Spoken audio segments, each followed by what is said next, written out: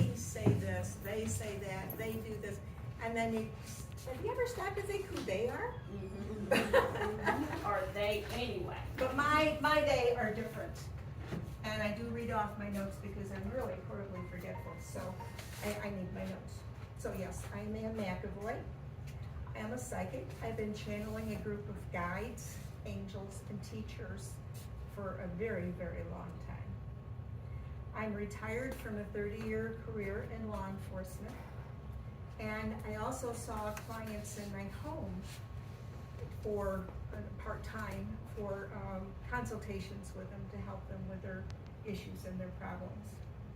Every time I've seen a client, they have been actually talking to they.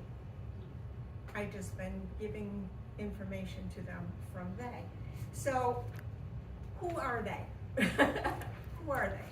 My guides, angels, teachers, ascended masters. They've been with me since I was 3 years old, that I can remember.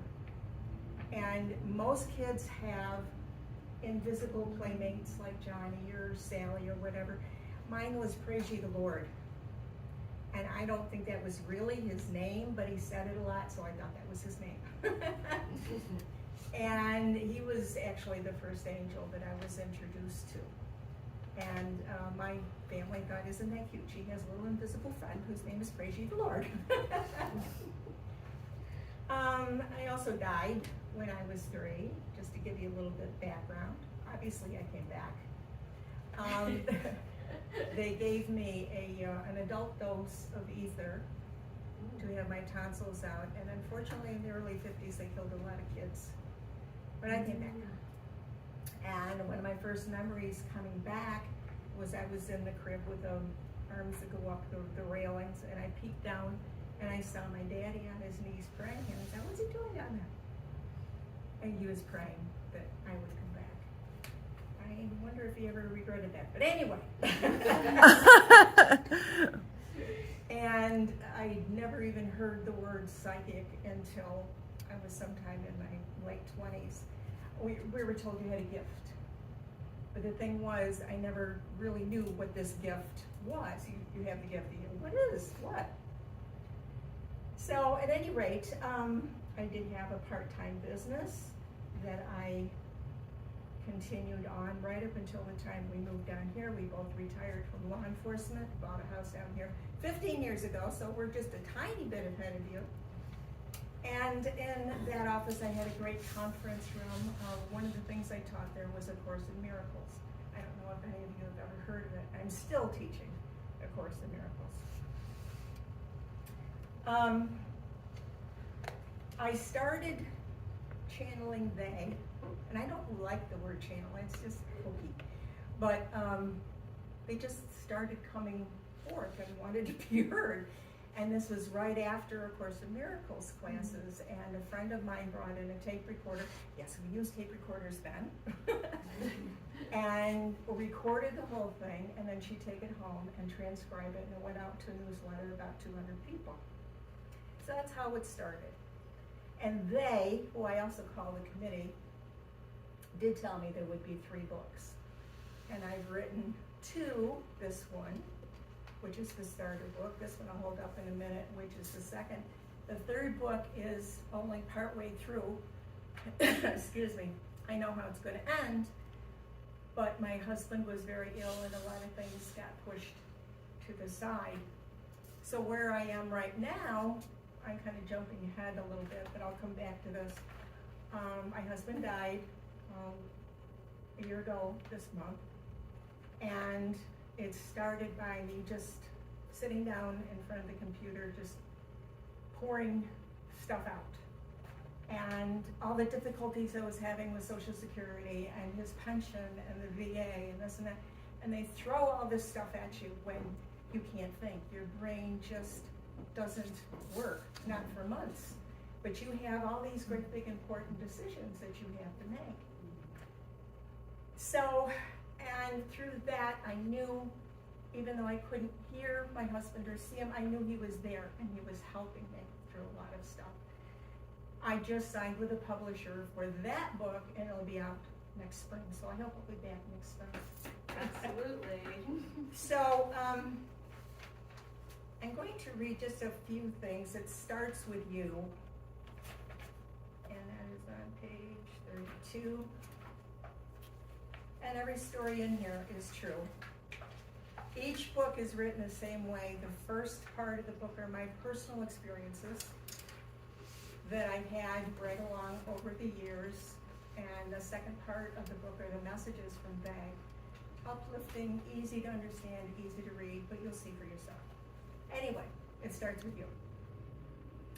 I remember this incident very clearly, but not the date it happened.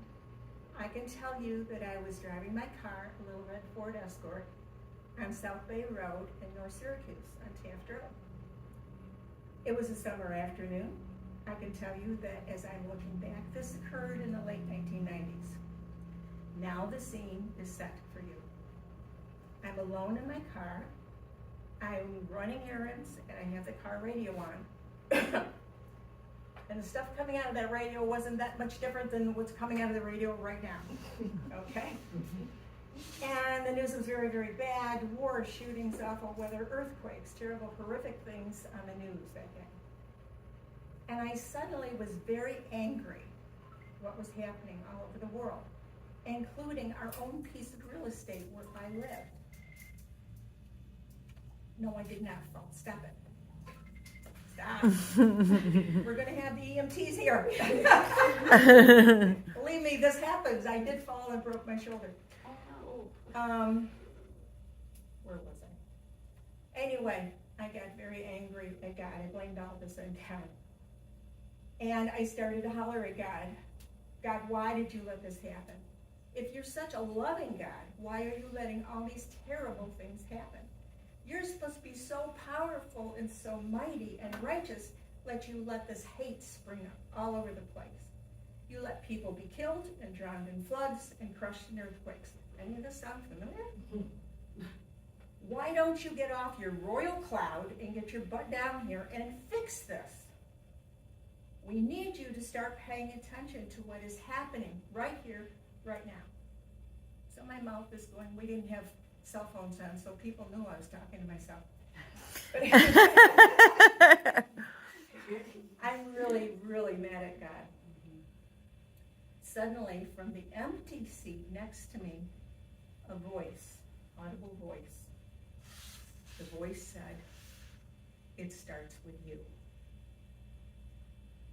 I almost hit a phone call because there was no one there, but here is this voice saying, Yeah. "It starts with you." The voice didn't shout back at me, nor whisper, just said in kind of a teacher voice, instructing a dense student in a very calm voice, "It starts with you." I get cold chills even typing this out for you many years later. I know I was in such shock at hearing a voice with no body attached and being an empty car that I nearly went off the road. All these years later, I still cannot say for sure what exactly happened, other than it was the voice, capital V, of spirit talking. I know I can be pretty dense, and probably just hearing talking inside my head wasn't getting heard, so I guess I had to hear it in an audible way. I do know this incident has been one of a kind so far, and I just assume keep it that way.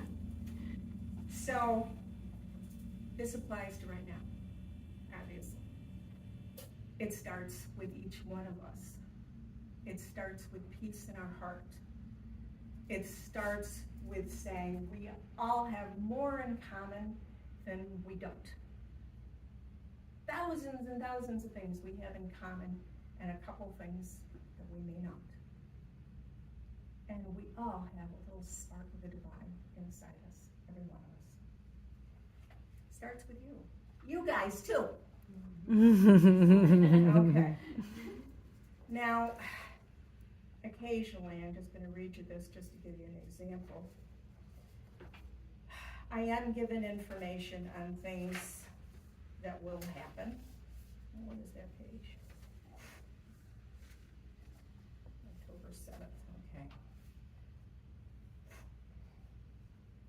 And this happened to be about a plane crash. Alrighty, anything? I'm sorry, I thought I marked all these pages. No, that's not it. All right, I'll just tell you. I was given a vision, there we go.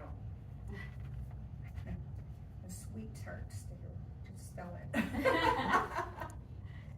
Soon after sitting quietly, Anne begins to tell us what she sees. Now this isn't a vague transmission. This looks like a piece of machinery on the underside of a plane. Something metal on the underside of a plane. It may be a wheel holder thing, it's in the clouds, puffy white clouds, I don't know. But I might be on this plane, it's possible. Is it not over this country, United States? No, I think it's over Europe. I'm on the plane. I'm seeing little black things. They're not quite spots, they are longer than spots. I'm still on the plane. It looks like something is falling off the plane, out of the plane, off the plane. We are kind of stuck on this plane thing. We're circling and circling and circling and circling. They don't give me just any old plane. They obviously are telling me something very significant. We're over India now, I think, at least I think it's India, but it might be Pakistan. There's something going on in that plane. People are leaning over like they're gonna crash. And you know how you're supposed to bend over before you crash. Anne whispers, this is giving me chills. They're not really giving me anything more, and I'm still up there in the plane seeing the clouds. I'm up there in the plane, something with that metal thing underneath. I think the hole is in the wheel, I'm pretty sure. Anne privately tells They she's not happy with this vision. Now I'm on the ground and I'm looking at the plane, and there are people also looking up at the plane. We're not leaving this plane thing. They're looking up at the plane and they're pointing, and not in this country, for people are dressed differently. We are now looking at an odd looking thing. Okay, it's a big X. It's gonna take as Roman numeral 10, so that's this month, this year, and so it is. Follow up 4 days later. Following location was given: a plane crash near Kabul, Afghanistan, National Air Cargo, 8 fatalities. Cargo plane crashed into a mountainside about 18 miles east of Kabul. I'm not thrilled with some of these visions that I get, because they're usually very upsetting, and there's no one that I can call and warn, because I don't know where it is, I don't know what plane company it is, I don't know any of that. But that's an example.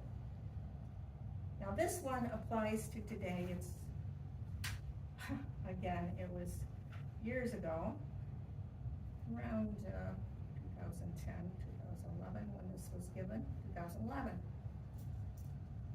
I'm telling you this one for a reason. Anne asked, I asked They during meditation, was there anything they wished to show me? They actually did show me a couple things. The first thing they showed me was climbing a ladder. But I was climbing only the first couple rungs on the ladder. Then they switched it from a ladder to what looked like a brownstone in a large city. There's several steps running up the stoop of the brownstone. And what they showed me, I was going up to pretty much the top stair of this brownstone stoop. Down on the sidewalk, there was all manner of craziness and insanity going on, and upset of every kind. It was like someone dropped a crazy bomb. It was just making people act really insane. Up on the stoop, on the top stair, it was quiet. Everything was fine. All the activity and all the action was going on the sidewalk. Where I was standing, I was perfectly fine. I was observing the form. I was simply the observer watching this craziness going down just a few steps down the sidewalk and along the actual street. They have given me all kinds of these analogies before, where they were telling us to rise up out of what's going on, get above it, whatever way works for you, whether it's ladder or stilts or stairs or whatever you have to use. Sometimes they've used stilts. and showing me these pictures. The message is for everyone to go up just a little bit. I don't mean physically, don't go standing on a chair. You're gonna go up in your mind, okay? This time, they are really emphasizing you don't have to go way up. You just have to go up enough so you can look down and you are the observer. They're saying get above it. Visualize yourself going high in the sky or anything like that to get yourself above it. Use this visualization for what's going on around you. All the action, all the insanity, all of the craziness. You can observe it if you wish to, but you're not involved. Then they went on to give me another visual that I hadn't been expecting, I hadn't seen in some time, and that's of a volcano erupting. I have no idea where this is. It's quite the visual watching this, and at that time I had no clue where this was, but I'm relaying that visual. They went on to talk about a couple people I know that have wished harm on another person and ended up wishing harm on many people. I don't think they set out to do that. I don't think that was on purpose. But we have to take accountability for our actions and repercussions and understand that our thoughts are things. Our thoughts are very much things that we are manifesting all the time. Unfortunately, we manifest right into this nightmare called life. I asked, should I intervene or just try to intervene once again with this individual who wished harm? I was told, no. I said, why not? I argue with God all the time. He doesn't take it personally. They said that was part of the message this morning as well, that there are people in all of our lives who push our buttons and make us upset with them for some reason or other. It's a multitude of different ways. How we react or act regarding on the next move of the chessboard. What they are saying this morning is pray for them. Not so much get involved personally, stay out of it. Mind your own business. You do not have to worry about what to say. You do not have to worry about what to do. You're not going to get confrontational. If you wish to take an action, an affirmative action, then pray for the highest and best outcome for the whole situation. That may run into some conflict with some real doers, movers, and shakers who feel they must do something and they need more action in their life in any particular episode. So, I'm not going to read the whole thing because it goes on and on. You get the picture.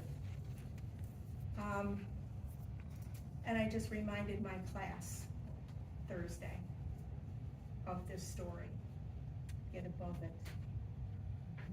Be the observer. Look at me looking at that. Don't get involved. Look at me looking at that. Okay. This is book 2. More stories for me. More channelings from they. Again, I really hate the word channeling, but I don't know another word to messages, I guess. And book 3, I think, will be out sometime next week. And of course, this is their back, not next week, next year. And they never left. So I have 2 books coming out next year. Yay! Thank you.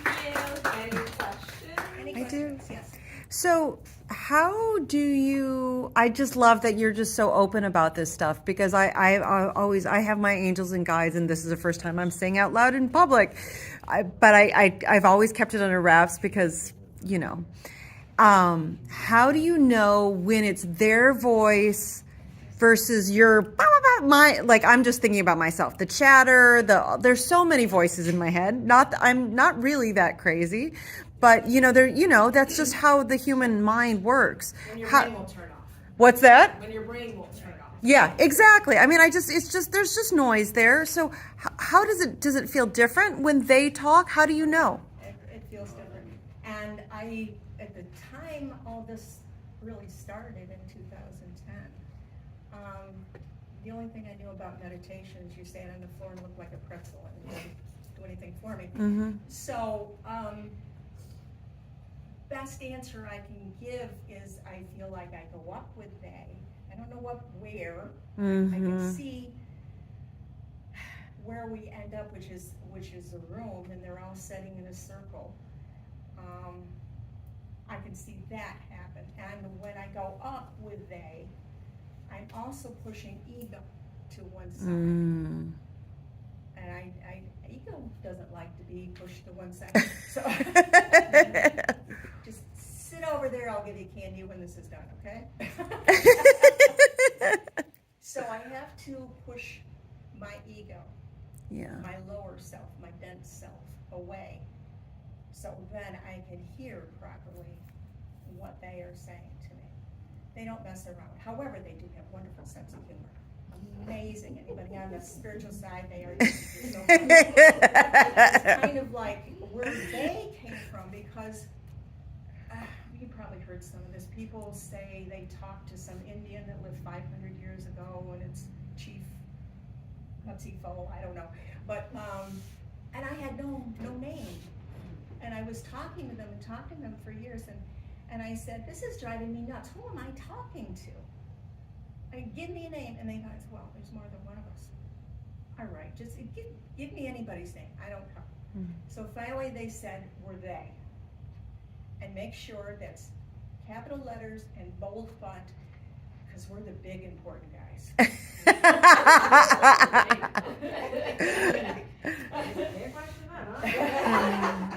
But they have the most wonderful sense of humor. So push the ego aside is my answer. And then, for example, you see a plane crash and it happens 4 days later, you're gonna know. This is, and I think this is part of the reason why they give me visions every now and then that do come to pass, infallibly. Just to verify, yeah, we're still here, we're still on it, we are still accurate with what we're telling you. And when did you write your first book? First book I started in 2016. I was writing for other people's books. I wrote a column in the Holistic Resource for 19 years. I'd still be doing it, except magazines do go out of business, unfortunately. What was your question? Oh, no, you said 2016, first book. 2016, and a student of mine in the Course in Miracles walked in. He looked just like John Wayne. I thought, oh my God. And he sounded just like him. Anyway, he was also an author, and he'd written several books, and then I wrote something for one of his last books, and he said, you need to start writing your own. I said, I don't have anything to say. And he said, I beg to differ, with quite a bit to say. So, and he kind of got me started with a lot of nudging. Well, it was right, pushing that. Yeah. Right there. Yes, pretty much. You need that sometimes. I do. Yeah, you I do. do. Yeah, Raquel's mom gave her. And the Gave book, her back. the book that's It did. coming out next spring didn't start as off as a book. It just started off as me talking about my day and what happened and how I feel, and crying at DMV, crying at the tax guy's office, crying at Publix. I mean, you name it, I've been there. But I realized shortly into that, I know we're not supposed to be talking about just this one book, but I realized shortly into that what I was experiencing must be happening to everyone that was a new widow or a new widower.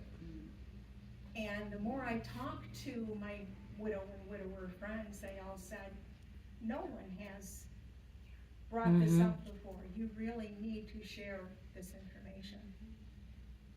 So, next spring. Next spring. Exciting. Well, thank you. Where can you get it? Oh, yeah. My bad. Where you can get these two are both on Amazon.com. I can't answer for where the third in the trilogy is going to end up, because now I've signed with a publisher. And the new book coming out, I Love You Goodbye, is I think spring of next year. And I Love You Goodbye is something that we said to each other. I'd go to a dentist appointment or the grocery store or whatever, and he'd be left behind, and I'd say, love you goodbye, and I ran out the door. And he'd do the same. So that's the name. Mm. Thank you.